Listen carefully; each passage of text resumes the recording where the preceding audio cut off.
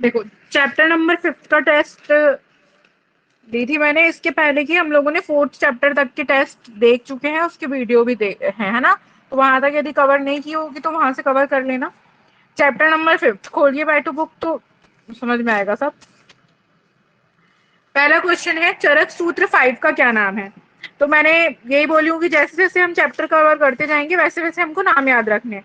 पहले चैप्टर का दीर्घंत अध्याय, दूसरे चैप्टर का अपामार्ग तेंदुलिये, थर्ड चैप्टर आरक अध्याय, फोर्थ चैप्टर षड विरेचन शताश्री अध्याय, फिफ्थ चैप्टर होता है मात्रा शिति अध्याय। सेकंड आंसर जाएगा मात्रा शिति मतलब मात्रा और आशितीय दो वर्ड से मिलकर बना है। मात्रा मतलब इन क्वांटिटी और शितीय मतलब भोजन, तो आहार कितनी मात्रा में लेना है उसका वर्णन है इस चैप्टर में। तो आंसर जाएगा बी मात्रा शितीय। फिर सेकंड क्वेश्चन आता है स्वस्थ वृत्त का वर्णन चरक ने किस अध्याय में किया है। तो मैंने जब ये चैप्टर पढ़ा रही थी तो बताई थी कि चैप्टर नंबर 5 में किस तरीके से हमको अंजन का प्रयोग करना, धूमपान का कब उठना है, कैसे दातून करनी है, क्या क्या चीजें फॉलो करनी है, हेल्दी लाइफस्टाइल होता है स्वस्थ वृत्त मतलब। तो स्वस्थ वृत्त का वर्णन आचार्य चरक ने चरक सूत्र स्थान 5th में किए हैं, यानी इस चैप्टर मात्रा शितीय अध्याय में। तो ये आंसर हो गया। बट यहां से रिलेटेड एक क्वेश्चन आता है कि सदवृत्त का वर्णन आचार्य चरक ने कहा किया है। सदवृत्त, सदवृत्त मतलब अच्छा आचरण, चैप्टर नंबर 8, ठीक है। चैप्टर नंबर 8 में आचार्य चरक ने सदवृत्त का वर्णन किया है। अब सदवृत्त मतलब क्या, तो अच्छा आचरण हमको किस तरीके से लोगों के साथ व्यवहार करना चाहिए, क्या क्या चीजें फॉलो करनी चाहिए, ये तो उसका वर्णन चरक सूत्र 8 में मिलता है इंद्रियोपक्रमणीय अध्याय में। तो ये दोनों चीज हमको रेफरेंस याद रखने हैं। देन आता है क्वेश्चन नंबर 3, गुरु भोजन में शामिल है। तो जब श्लोक नंबर देखोगे फिफ्थ वहां पे क्या लिखा हुआ है सेकेंड लाइन में, तथा पिष्टि इक्षु शीर विकृति तिल मांस आनुप उदक पिशित आदि न आहार द्रव्याणि प्रकृति गुरुण्यपि मात्रापेक्षते। मतलब क्या पिष्टि, पिष्टि मतलब जो मैदे के बने हुए पदार्थ होते हैं, जैसे हमारा समोसे वगैरह कुछ हो गया ना, ईख यानी गन्ने के, दूध के विकार जैसे दही मलाई रबड़ी, तिल उड़द आनुक मांस औदक मांस, ये सब जो होते हैं वो गुरु आहार होते हैं। गुरु आहार मतलब बहुत देरी से भोजन पचेगा। तो इसमें आंसर किया जाएगा पिष्टि मांस आनुक मांस ऑल, है ना, तो all of the above answer जाएगा। देन क्वेश्चन नंबर 4 आ रहा है समझ में।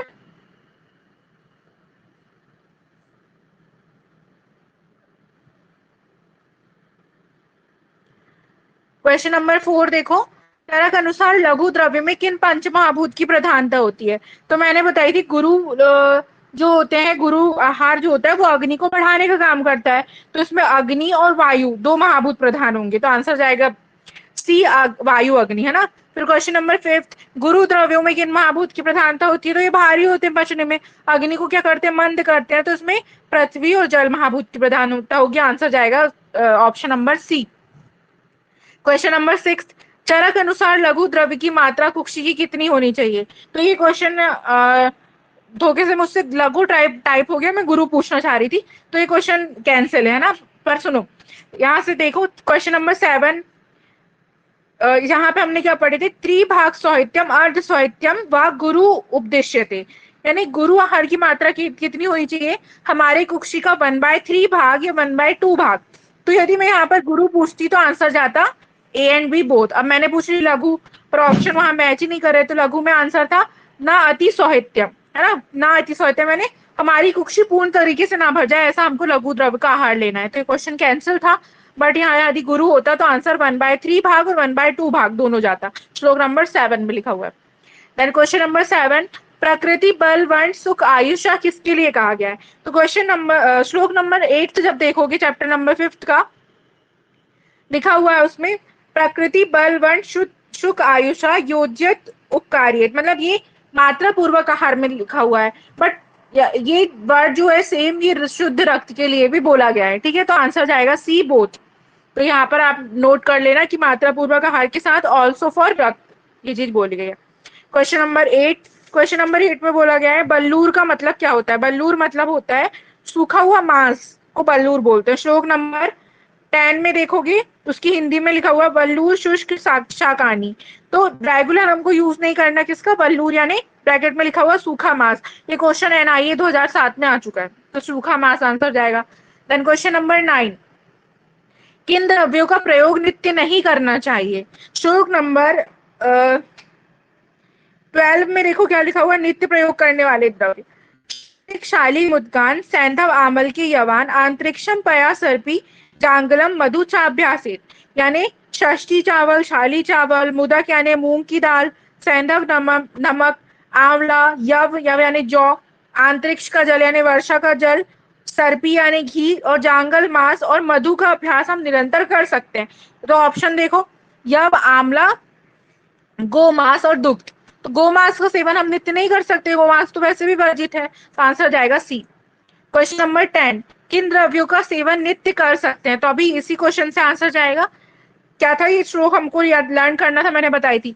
तो षष्ठी शाली मुद्गान सैंधव आमल के यवान अंतरिक्षम पया सर्पी जांगलम मधु चाव्या से, तो यव है आंसर।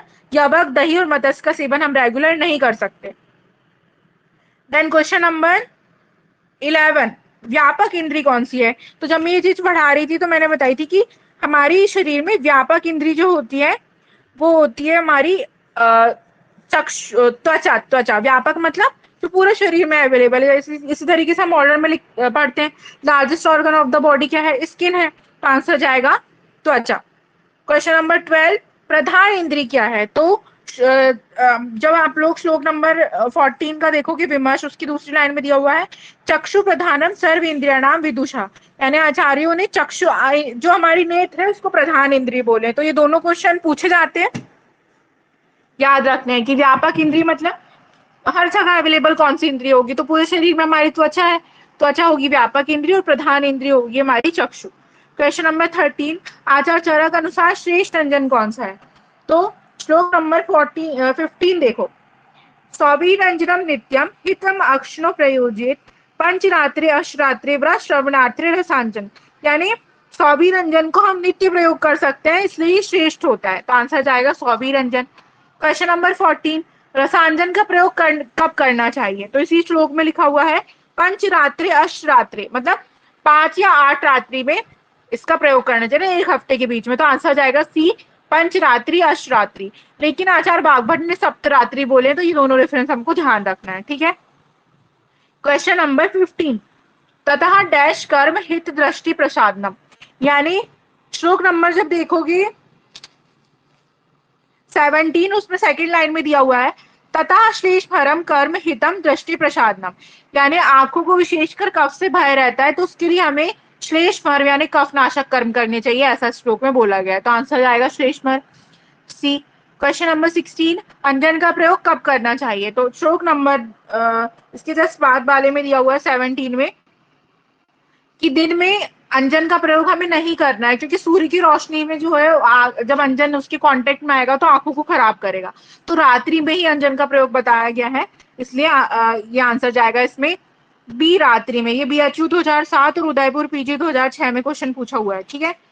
देन आता है नेक्स्ट क्वेश्चन, धूमपान का प्रयोग किन दोषों में प्रशस्त है? तो जब मैं पढ़ा रही थी धूमपान, उसमें श्लोक नंबर 20 से देखो 24 तक है ना, तो मैंने इसमें बताई थी वात कफज विकारों में स्पेशली हम धूमपान का प्रयोग करते हैं, तो वात कफज आंसर जाएगा धूमपान के लिए। क्वेश्चन नंबर 18, धूमपान कब निषेध है? तो रात्रि में धूमपान नहीं करना है, बहुत इंपॉर्टेंट है। अंजन का प्रयोग रात्रि में करते हैं, धूमपान रात्रि में निषेध है, दोनों पॉइंट हमको स्पेशली ध्यान रखने हैं। क्वेश्चन नंबर 19, आचार्य चरक के अनुसार धूमवर्ती की लंबाई कितनी है? तो आचार्य चरक ने धूमवर्ती की लंबाई बताई है 8 अंगुल। याद करने वाला क्वेश्चन है, तो इसको याद करना है ना। क्वेश्चन नंबर जब श्लोक नंबर 20 से 24 की जो हिंदी देखोगे उसमें लिखा हुआ है लास्ट सेकंड थर्ड लाइन में कि 8 अंगुल लंबी वर्ती होनी चाहिए।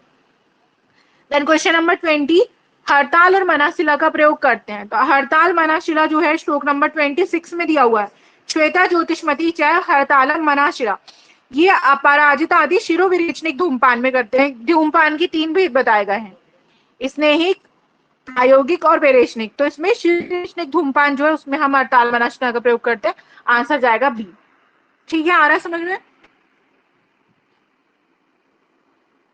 क्या बोल रही हूँ, रक्त क्यों है? रक्त के लिए भी क्यों है ऐसा, देखो स्पेशली वर्णन नहीं करते हम, जैसे अपन बोलते हैं ना रस हमारी बॉडी के लिए हितकर है, ऐसी कोटेशन आया है रक्त के लिए कि बल वर्ण सुख आयुषा। तो एक तो एग्जैक्टली सेम वर्ड जो है वो रक्त के लिए भी आया है और मात्रा पूर्वक आहार के लिए भी आया है। रक्त के लिए इस चैप्टर में नहीं आया, लेकिन विधि शोणित या सुश्रुत उन्होंने वर्णन किया है ना। तो आंसर जब हमारे पास बोथ है तो हम बोथ करेक्ट लगाएंगे। यदि एक एक ऑप्शन होता तो मात्रा श्रुति लगा देते, ओ मात्रा पूर्वक आहार के लिए लगा देते। ठीक है, देन आता है क्वेश्चन नंबर 21। गौरवम शीर्षा शूलम पीना सरदाब भेद के किसके लिए कहा गया है? तो जब देखोगे श्लोक नंबर 27, उसमें लिखा हुआ धूमपान से लाभ, उसकी पहली लाइन लिखी हुई है गौरवा शीर्षा शूलम पीना सरदाब भेद के, यानी धूमपान का प्रयोग यदि सिर में गुरुता हो, सिर में भारीपन हो, शूल हो यानी दर्द हो, पीनस यानी सर्दी हो किसी को, और अर्धाभ भेदक यानी जब आधा सर दर्द कर रहा हो, हेमिक्रेनिया, तब यूज करते हैं।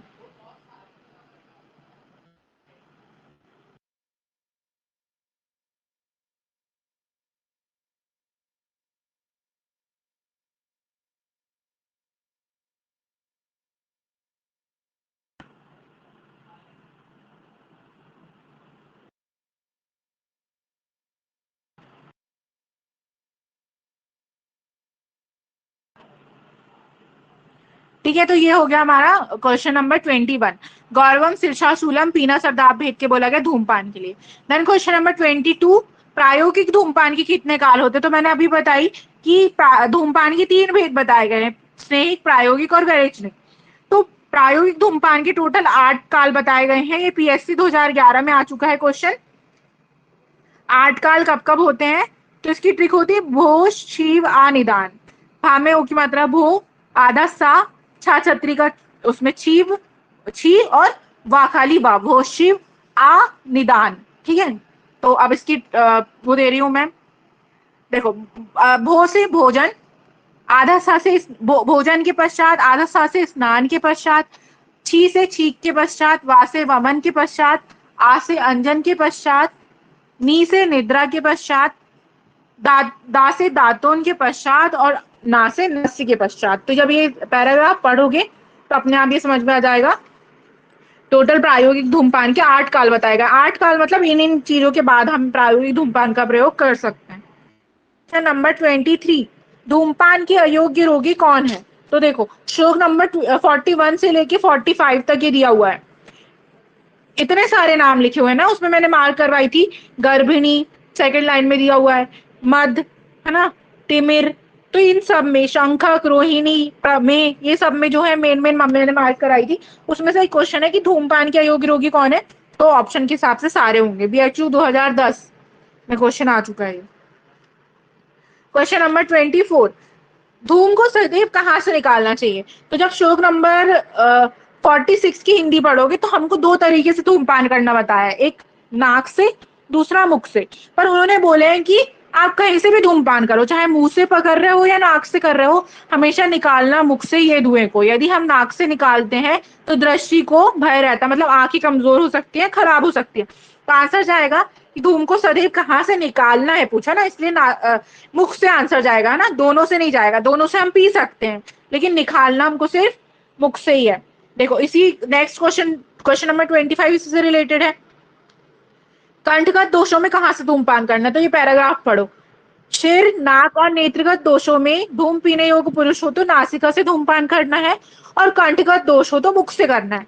नासिका से धूम पीने के बाद धूम को मुख से ही निकालना है, और यदि धूम को मुख से पी रहे हैं तो भी नासिका से कभी भी नहीं निकाले, क्योंकि विरुद्ध मार्ग होने से गया धूम नेत्रों को नष्ट पहुंचाता है। तो यहाँ से 2 क्वेश्चन बनते हैं कि नाक से हम किस किस रोगों में करेंगे, और कंठ में हम मतलब मुख से हम किस किस रोगों में करेंगे, लेकिन निकालना हमको सिर्फ मुख से ही है, सॉरी। तो ये चीज हमको ध्यान रखनी है। देन क्वेश्चन नंबर 26, जीर्यते उत्तम अंगेशु जरा न लभते बलम, ये किसके लिए बोला गया है? ठीक है, तो श्लोक नंबर देखोगे जब 61 के बाद है ना, मतलब 62 नंबर का श्लोक देखोगे तो उसमें लास्ट लाइन लिखी हुई है जीर्यतेषु उत्तम अंगेशु जरा न लभते बलम।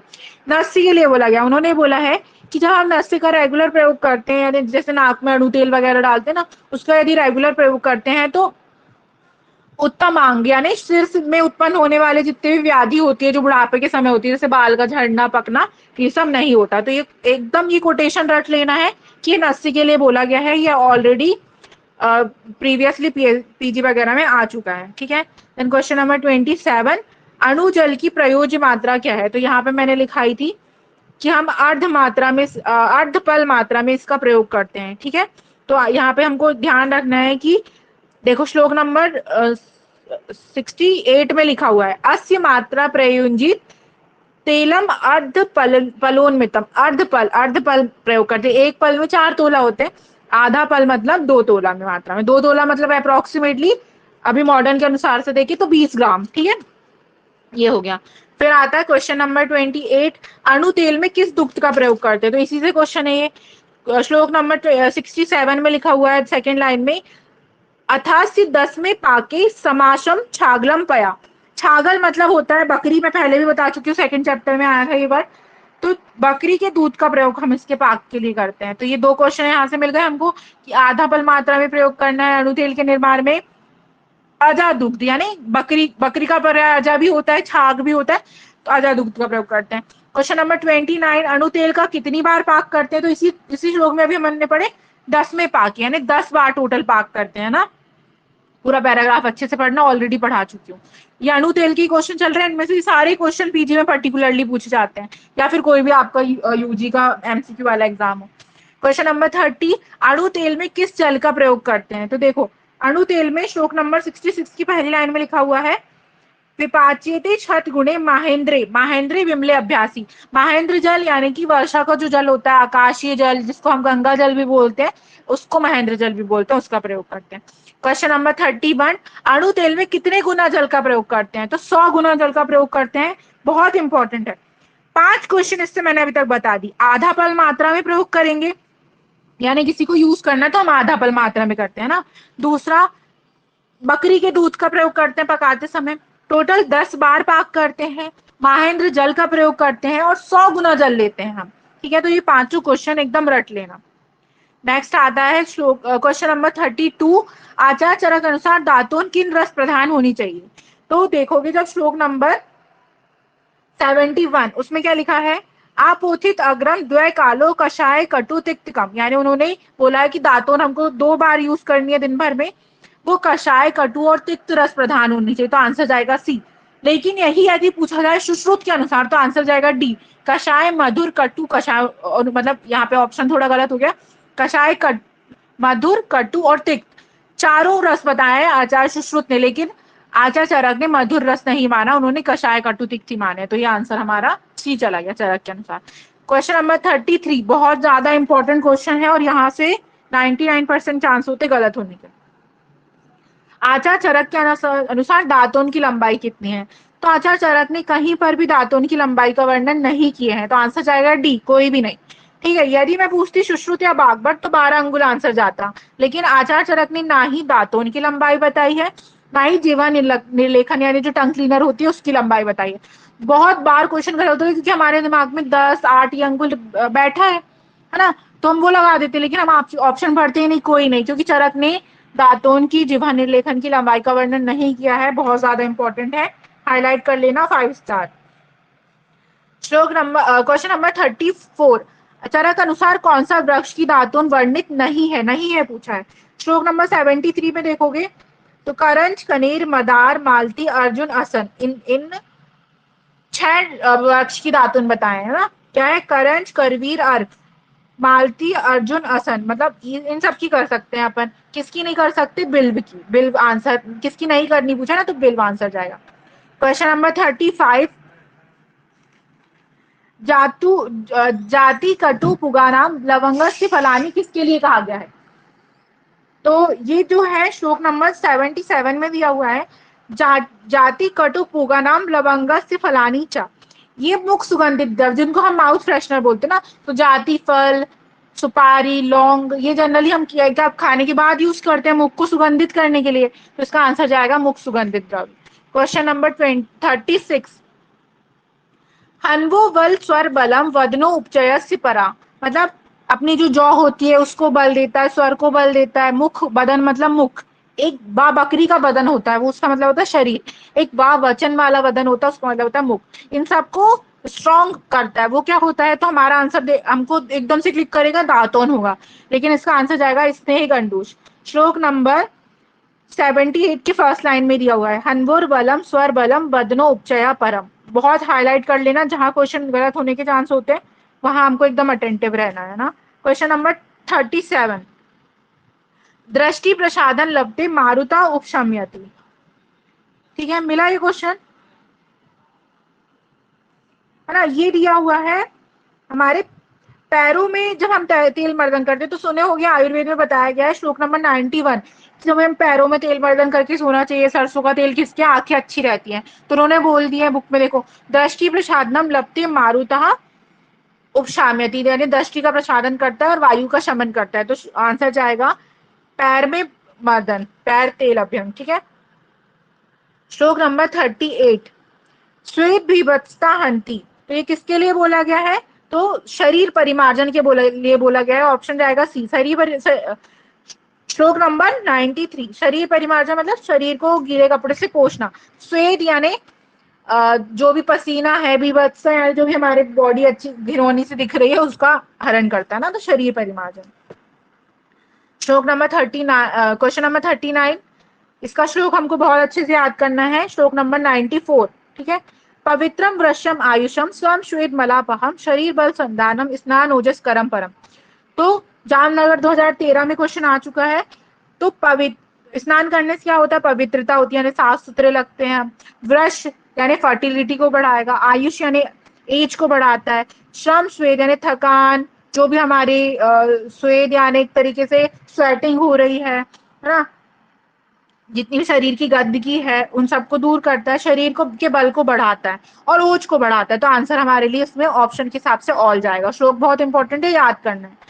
क्वेश्चन नंबर 40, श्रीमद पारिषदम किसके लिए कहा गया है, तो श्रीमद पारिषदम देखो श्लोक नंबर 95 में देखोगे, तो श्रीमद पारिषदम मतलब यदि हम किसी भी असेंबली में जा रहे हैं तो बहुत अच्छा फील करते हैं, कॉन्फिडेंट फील करते हैं। कब करेंगे, जब हम स्वच्छ वस्त्र पहने हुए होते हैं। तो ये एमपीपीएससी एमओ 2015 में क्वेश्चन आ चुका है, हमको ध्यान रखना है। श्रीमद पारिषदम स्वच्छ वस्त्र धारण के लिए बोला गया। इसी से रिलेटेड एक क्वेश्चन होता है, श्लोक नंबर 97 में दिया हुआ है, श्रीमद सदन सूदनम, यानी कब किस चीज को धारण करने में हमको लगेगा कि हमारे पास धन है, मंगल हो रहा है, हमारा अच्छा हो रहा है, जब किसी के पास रत्न आभूषण होंगे, गहने वहने पहना हो तो, है ना।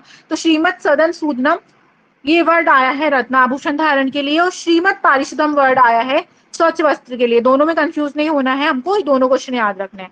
क्वेश्चन नंबर 42, तो देखो, मेध्य अलक्ष्मी कलिनाशनम किसके लिए बोला गया है, यानी जब हम पैर का और हमारे मल मार्ग यानी गुदा, योनि मार्ग, है ना, पेनिस, इन सब चीजों का जब अच्छे से सफाई करेंगे तो क्या होगा, मेध्य पवित्रता आएगी, आयु बढ़ेगी, यानी कोई भी बीमारी नहीं होगी। कि कोई भी बीमारी नहीं होगी तो हमारे पास से पैसा नहीं जाएगा, तो अलक्ष्मी नाश हो करेगा ना। तो ये वर्ड एग्जैक्टली ये उत्तराखंड पीएससी 2015 में क्वेश्चन पूछा गया था, सेम कोटेशन, मेध्यम अलक्ष्मी कली नाशनम किसके लिए बोला गया है, तो मल मार्ग शुद्धि। ऑप्शन जाएगा सी। क्वेश्चन नंबर 43, पौष्टिक ब्रश आयुष किसके लिए कहा गया है, तो क्षौर कर्म के लिए कहा गया है। इसके जस्ट नेक्स्ट क्वेश्चन यानी 99 नंबर श्लोक में दिया हुआ है, पौष्टिकम वृषम आयुषम, क्षौर कर्म यानी दाढ़ी बाल कटाना, नाखून काटना, ये सब। तो आंसर जाएगा बी, क्षौर कर्म। और कब बताया चरक ने, तो आजा चरक ने बोले पक्ष में 3 बार करना है, यानी 15-15 दिन में 15 दिन में 3 बार करो, 5-5 दिन में करो, ऐसा, है ना। क्वेश्चन नंबर 44, चक्षुष किसके लिए कहा गया है, तो देखो श्लोक नंबर 100, उसमें पहले ही वर्ड लिखा हुआ है चक्षुष्यम स्पर्शनम हितम। जब हम पैरों में जूते वूते धारण करते हैं तो चक्षुष आंखों के लिए सही होता है। तो ये चीज हमको ध्यान करनी रखनी है कि दृष्टि प्रसादन किसके लिए कहा गया था, पैरों में तेल अभ्यंग के लिए बोला गया था। चक्षुष के लिए बोला गया है, तो पादत्र धारण यानी पैरों में जूते धारण के लिए। श्लोक number 45, sorry question number 45, 101 number के श्लोक में दिया हुआ है, ईति प्रश्न। ईति प्रश्न मतलब जब हम छाता वाता धारण करके, पहले के लिए बोला गया था ना, छाता धारण करके रखते हैं तो जैसे गर्मी में रख रहे हैं तो हमको धूप से होने वाली बीमारी से बचाएगा, बारिश में धारण कर रहे हैं तो हमको बारिश में से जो होने वाले रोगों से बचाता है। तो ईति प्रश्न मतलब भावी व्याधियां, फ्यूचर में होने वाली रोगों से कौन बचाता? तो छाता धारण करना। ये वर्ड हमको एग्जैक्टली ऐसी कोटेशन याद रखना है। तो ये प्रश्न जो है वो छाता धारण करने के लिए बोला गया। क्वेश्चन नंबर 46, गिरने से बचाना किसका कर्म है? तो श्लोक नंबर 102 में देखोगे पहला ही वर्ड आता है स्खलति संप्रतिष्ठानम। स्खलति मतलब होता है गिरना। गिरने से बचाने का काम क्या किसका होता है? दंड धारण, जब हम डंडा लेके चलते हैं। तो पुराने जमाने का बोला गया जब अपना लिखा हुआ था ना। देन आता है क्वेश्चन नंबर 47, नगरी नगरस्य एव रथस्य एव रथी रथ। इसका रेफरेंस क्या है? श्लोक नंबर 103 बहुत ज्यादा इंपॉर्टेंट है। इसका रेफरेंस हमको लर्न करना है और श्लोक भी लर्न करना है। किसके लिए बोला गया है? तो शरीर की रक्षा के लिए बोला गया है। रेफरेंस पूछा तो चरक सूत्र स्थान 5 मात्रा शिति अध्याय। श्लोक क्या है समझो। नगरी नगरस्य रथस्य रथी यथा स्वशरीरस्य मेधावी कृत्यस वही तो भवेत। यानी जिस प्रकार जो नगर का रक्षक होता है ना, गार्ड, वो नगर की रक्षा करता है चोर उचक्कों से। रथ का जो सारथी होता है वो रथ की रक्षा करता है। उसी प्रकार बुद्धिमान मनुष्य को शरीर की रक्षा करनी चाहिए इन कर्मों को फॉलो करते हुए, क्योंकि यदि शरीर नहीं होगा तो आगे कोई भी चीज काम की नहीं है। श्लोक नंबर क्वेश्चन नंबर 48, 49 और 50 मैंने उसी श्लोक से दी हूँ जो मैंने याद करने के लिए बोली थी। नित्य प्रयोजनीय द्रव्य का षष्ठी शाली मुद्गान सैंधव आमल के यवान अंतरिक्षम पया सर्वी जांगलम च मधु अभ्यासेत। ये आ जाएगा श्लोक नंबर हमारा 12। नित्य प्रसेवनीय द्रव्य क्या है? तो षष्ठी शाली मुद्गान तीनों है।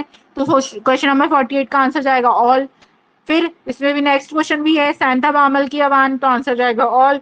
और आंतरिक्षम पया सर्पी जांगलम मधु अभ्यास एक, तो इसमें भी आंसर जाएगा ऑल। इस तरीके से पूरे श्लोक के बेस था तीनों क्वेश्चन इसी श्लोक पे। तो ये बहुत इंपॉर्टेंट क्वेश्चन है जो ऑलरेडी हमारे प्रीवियस क्वेश्चन ईयर पेपर में आ चुके हैं। कोई डाउट है यहाँ पे?